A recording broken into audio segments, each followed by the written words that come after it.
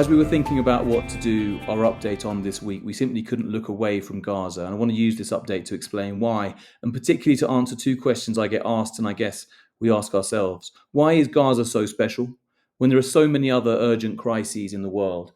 And why is it still worth working hard on this when it seems so hopeless?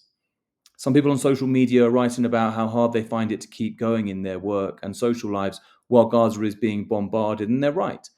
There's a poem up that says something like, I make a cup of tea, they're killing children in Gaza. I brush my hair, they're killing children in Gaza. I sit down to work, they're killing children in Gaza. But why is the assault on Gaza so special, taking up so much of our emotional and campaigning energy? There are many other urgent problems in the world, just as tragic in some ways. Just look at the war in Sudan and the atrocities being carried out in Congo, Ecuador's falling apart, the continued human rights abuses in China, so many more.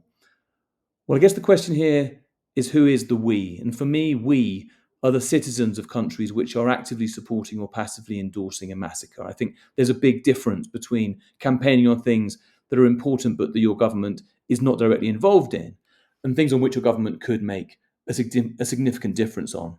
Why don't we march against China's treatment of the Uyghurs, I'm often asked? Well, firstly, many of us are involved in campaigns to help the Uyghurs or the Tibetans or any number of other important human rights causes across the world. But the reason it's not mobilizing the same kind of response is because the Chinese don't care about marches in Europe. And people would quickly start thinking of better ways to change the world than going on marches when no one's watching. We march to influence our own governments. I live here in Colombia. Why aren't Colombians out on the street for Palestinians? They care just as much as anyone else. And indeed, there have been some marches, but basically there's no point. Colombia isn't complicit. Colombians march a lot, but for things they can influence. People sometimes, actually far too often, accuse those of us that are outspoken on Palestine of being anti-Semitic, as if we're opposing this conflict because it is Israel and because Israel is a Jewish state.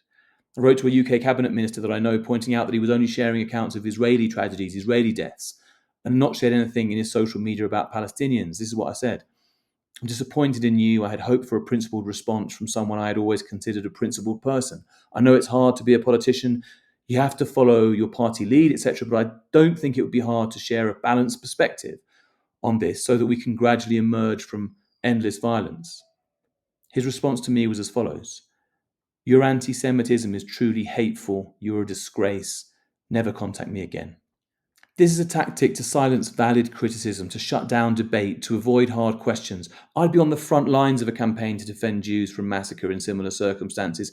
As the Palestinian ambassador to the UK has said, the reason Palestinians and their allies are resisting is not because of the religion of the occupier, but because of the fact of occupation. I'm not saying there isn't anti-Semitism.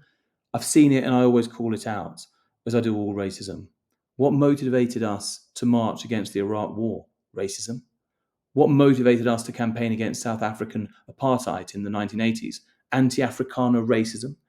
People take to the streets or nowadays to social media when their governments are complicit in violence or injustice, and when there is tangibly something that can be done.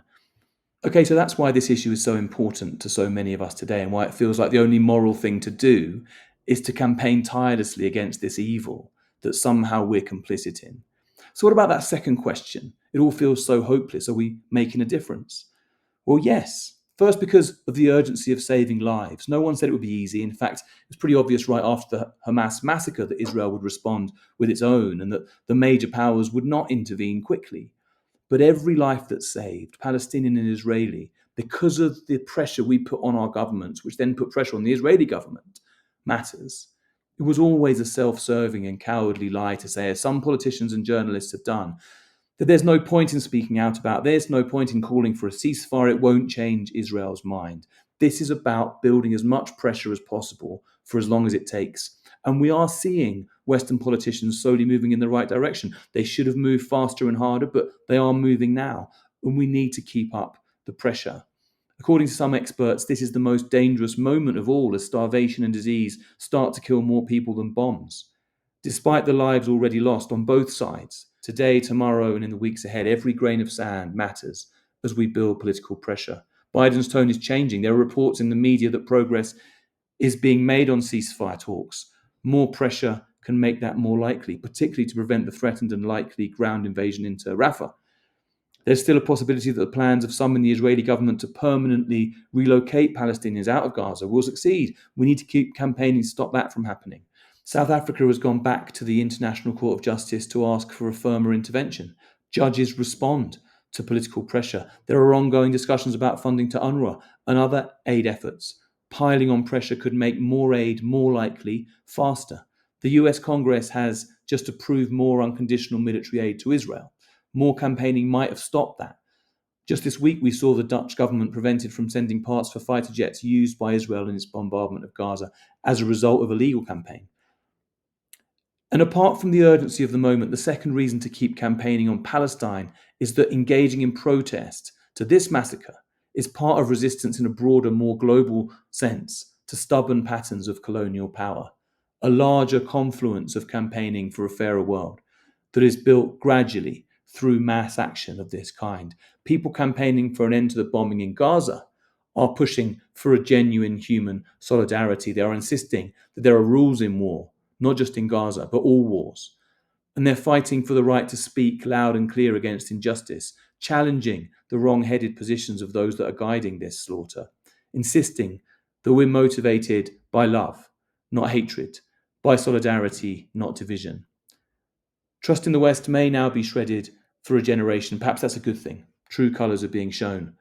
But what world order will take its place?